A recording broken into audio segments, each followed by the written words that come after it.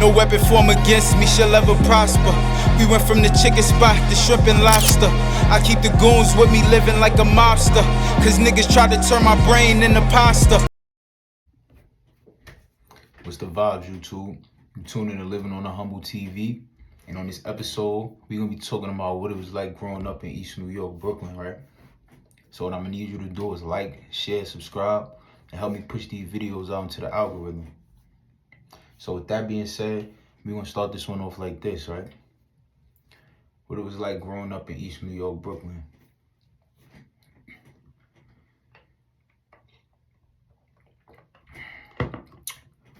For me, growing up in East New York, Brooklyn, it was tough. It was tough. It was challenging.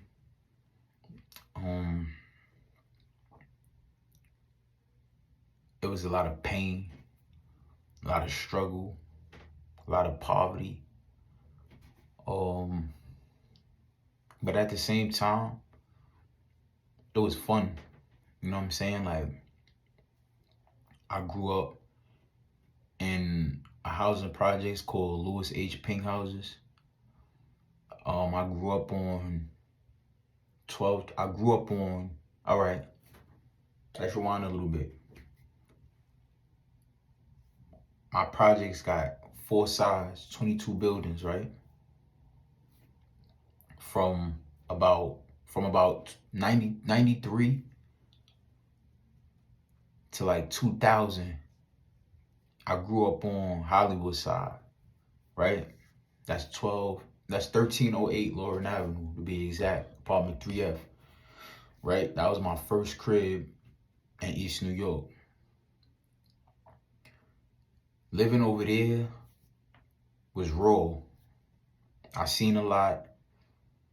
I can't really say I done too much because I was real young. You feel what I'm saying? So from 93 to like 2000 was from like 1 years old to about 8. So I was there for eight years. You feel what I'm saying? But down there, I seen some of the most legendary shit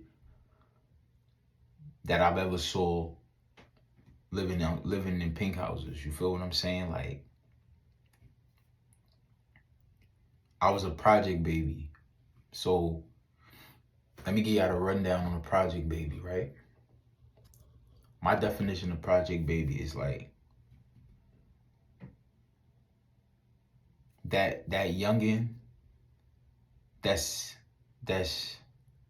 raised by a young parent, single parent at that got to see and witness everything way before its time, if that makes sense for y'all. So to put it in layman's terms is basically, my mom's had me young, right? My mom's had me at 16. My pops was 15. Feel what I'm saying? When she decided to have me, I became her permanent responsibility. So let's just say if she wanted to hang out on a Friday night or Saturday night, right? Guess who's with her? Me. Unless she had a babysitter or my nana was up for that, I was outside with my mom. You feel what I'm saying? So a lot of the shit she was around, I was inheriting it. You know what I'm saying? So let's fast forward a little bit. In 2000, I moved to Caveman side, right? 1212 Lauren Avenue, apartment 1C to be exact, right? I moved to Caveman side. Now, moving to Caveman side, for me, was a little more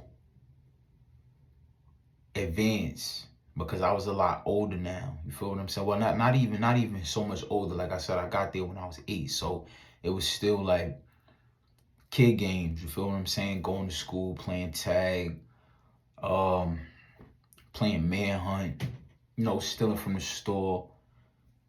You know what I'm saying? Shit like that. You feel me?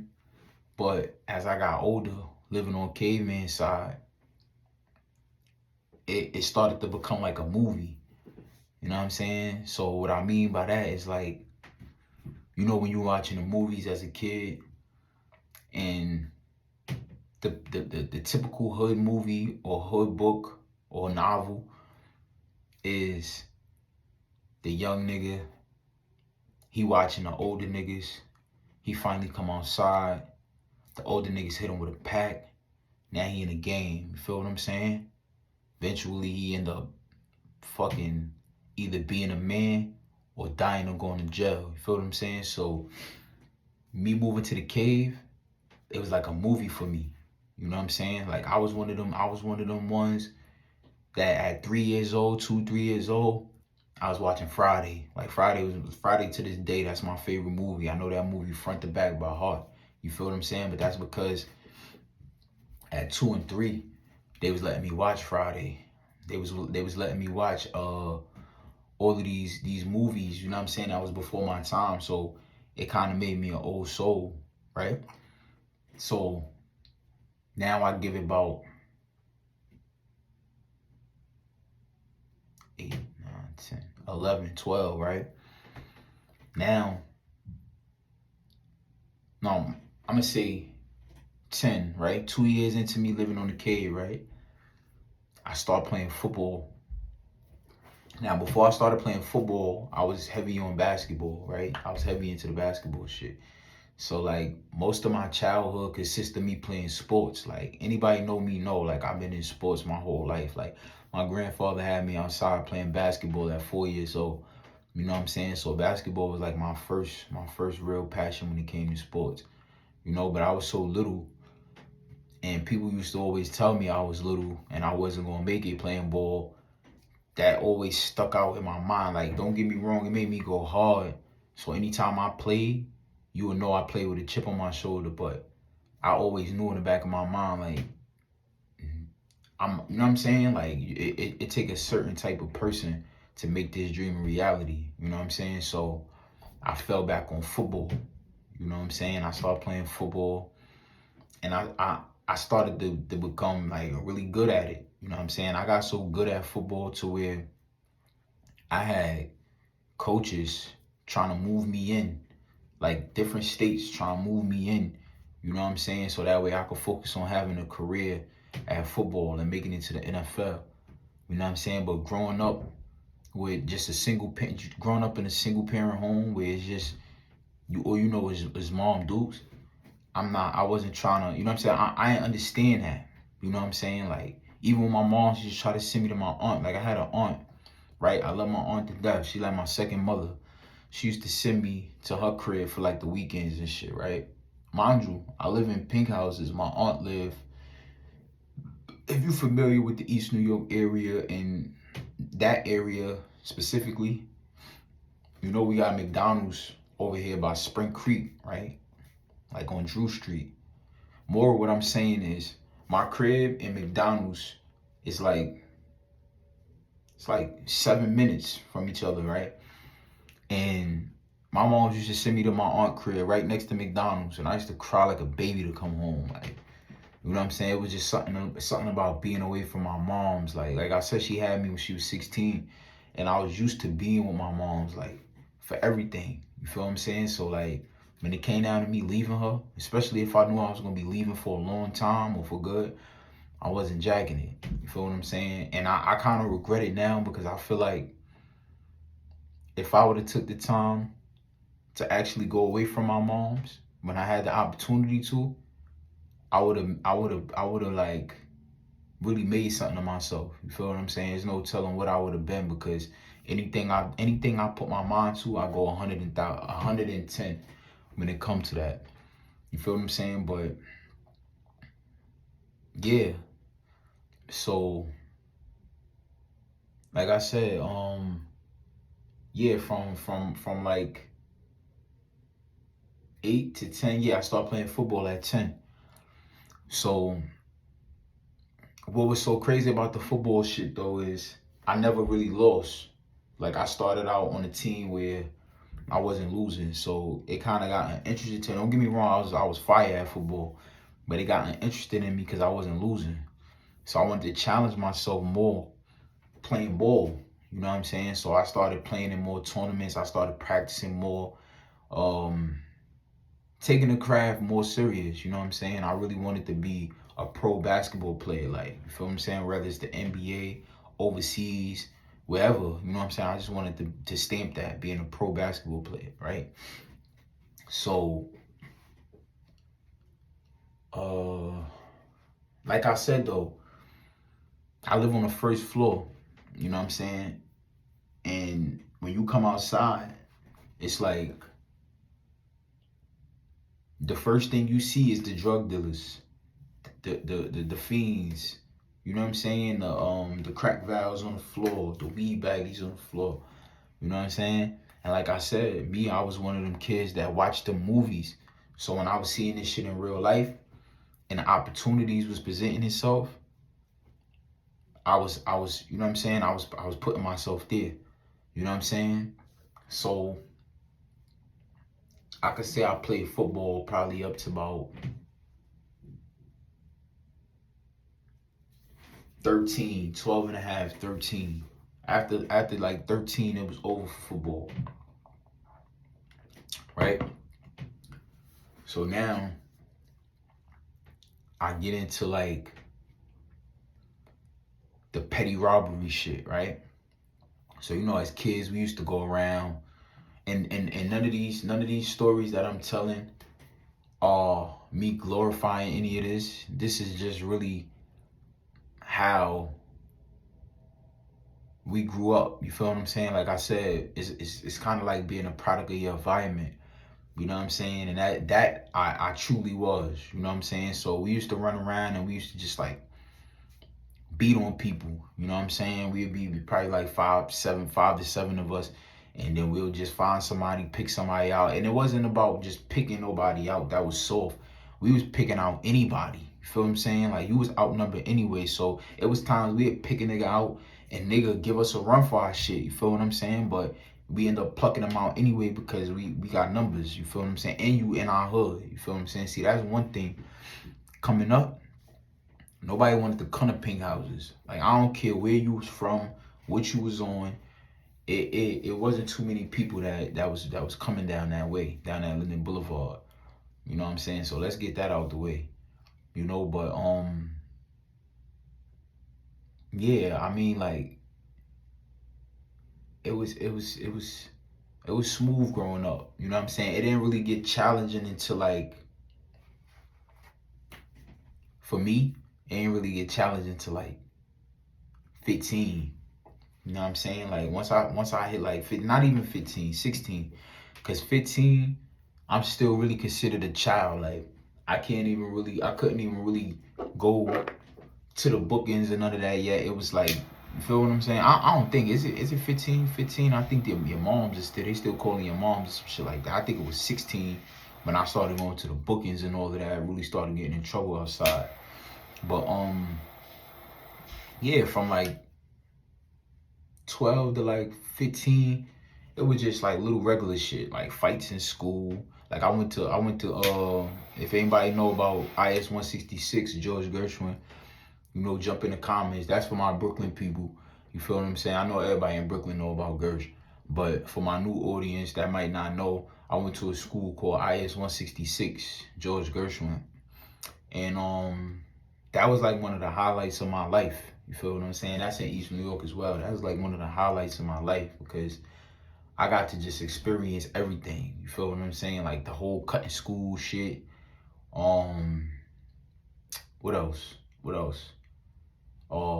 We had the basketball team. You know what I'm saying? Like, I was one of the main guys on the basketball team. What else, man? Just everything. Like, everything that middle school come with. You know what I'm saying? Like, we was real, like, delinquents. You feel what I'm saying? Like, it was fun.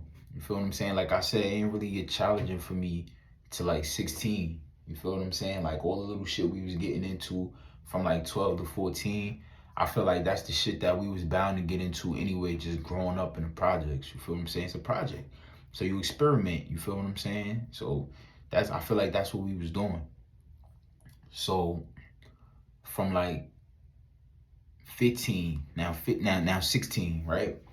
So like 14, 15, that's when I could say I started to try to dibble and dab and getting some money. You feel what I'm saying? Like any little opportunity that was presented to me to get some money, I was jumping on it. My first little wave was the little, like I said, the petty robbery shit. So they built a movie theater in my P's, right? It used to be, if I'm not mistaken, it used to be a supermarket there. But they built a movie theater or whatever, the Linden Multiplex. You feel what I'm saying? When they built that, they started hiring people from the projects in the spot or whatever. So now you have people from all over coming to this movie theater. Then they started doing this shit called $5 Tuesdays. So on Tuesdays, you pull up and you go watch whatever movie you want to watch just for $5. You feel what I'm saying? So that became a spot in East New York. Everybody was coming there, you feel what I'm saying? Or at least sneaking over there, because it was on Linden Boulevard. So you could always hop on a bus and pull up right in front of that shit and not even have to touch the P's, you feel what I'm saying? So a lot of people was doing that. But what they was fucking up at is we had people that worked in there from the projects. So around the time when LXs and sidekicks and all of them phones, all of them popping phones, iPods and stuff like that was popping, we was taking all of that. Like we was running down there, we was beating you and we was taking that. You know what I'm saying? Like that's the type of childhood we had. Like that's the type of shit we was doing. You know what I'm saying? Parties every week. You know, regular shit. I'm pretty sure every hood kind of was the same. You know what I'm saying? Like it just was different over there in East New York and in the pink houses. You know what I'm saying? Because we kind of were like segregated. Like nobody really fucked with us. Nobody was coming over there. So it was to a point we was like beefing with ourselves because nobody really was fucking with us like that. You know what I'm saying? Like back in the days, we used to go at it with Cypress. I think Cypress was like the toughest niggas we ever battled it out with. You feel what I'm saying? Like them little niggas was different. You feel what I'm saying? Like, I always gave them they flowers when it came down to, you know what I'm saying, putting it in, you know what I'm saying? Especially back in the days when we was younger. Like Cypress always been different. You had Plaza. We used to punish them. You feel what I'm saying? I fuck with niggas in Plaza now. Like shit ain't about nothing. But back in the days, niggas already knew what was up with me. Ain't nobody want to get it on with me. None of that. You feel what I'm saying? That's a different story though. But growing up in East New York it was alright. Like I said, it got its highs, it got its lows. You know what I'm saying? Me personally, I seen a lot in my time. You know what I'm saying? Like I don't want to give it all away in this one story because there's so many other avenues I want to touch. But I done seen them bodies. I done seen them blood stains on the floor. I done seen shit, you know what I'm saying? Like, I done seen it. You feel what I'm saying? Up close and personal shit really going on. I done seen it. You feel what I'm saying? Been a part of it. All that shit. It ain't nothing nice. You feel what I'm saying? But like, yeah, 16, that's when it really kind of got crazy for me. You know what I'm saying? Like, I had my first child at 16. I jumped full-fledged into the streets at 16. What else? Like at 16, I just thought I was grown. I thought 16 was the age where you become officially grown. You feel what I'm saying? So yeah, this was basically a little touch up on what it was like growing up in East New York, Brooklyn. I might do a part 2 on this video because there might be some details that I left out because I'm really just doing this on the fly right now just to keep my consistency going. You know what I'm saying? Getting these videos out there. But I might do a part 2. You know what I'm saying? But for now, you rocking with Living on the Humble TV. And yeah, man. I need y'all to like, share, subscribe, push these videos out into the algorithm. Let's make this shit make sense.